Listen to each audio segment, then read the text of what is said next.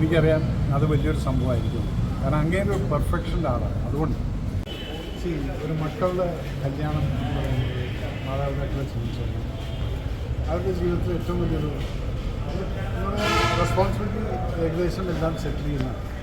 ജയറാമിനെ സംബന്ധിച്ചിടത്തോളം കണ്ണൻ്റെ കൂടെ ആയപ്പം ഓൾറെഡി മകളിലൊക്കെ എഴുതിയിട്ടുണ്ടായിരുന്നു. ഇപ്പോൾ കണ്ണൻ്റെ കൂടെ ആയി സെറ്റിൽ ചെയ്യുന്നത്. സഹോദരൻ്റെ സ്ഥാനത്ത് സുരേഷ് ഗോപി എപ്പോഴും കൂടെയുള്ള മേജരവി ശരിക്കും മലയാള സിനിമ ഒരു കുടുംബം തന്നെയാണെന്ന് ഒരിക്കലും കൂടി പറയാം.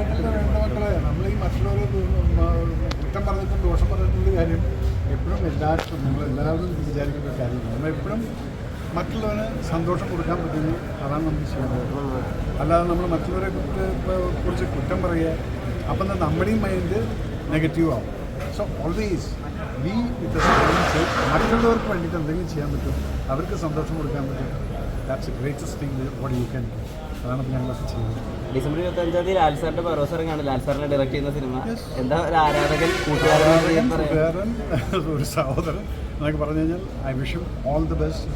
സർവേശ്വരന് എല്ലാവിധ സന്തോഷവും കൊടുക്കട്ടെ. കാരണം വെച്ചാൽ ആദ്യത്തെ പടം ഡയറക്റ്റ് ചെയ്തതിൻ്റെ ഒരു ടെൻഷൻ എനിക്ക് നല്ലപോലെ അറിയാൻ ലാലിന് ഉണ്ടെന്നുള്ളത്.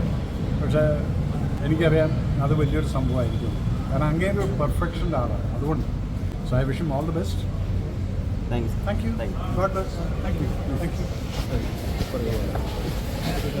Thank you. Thank you.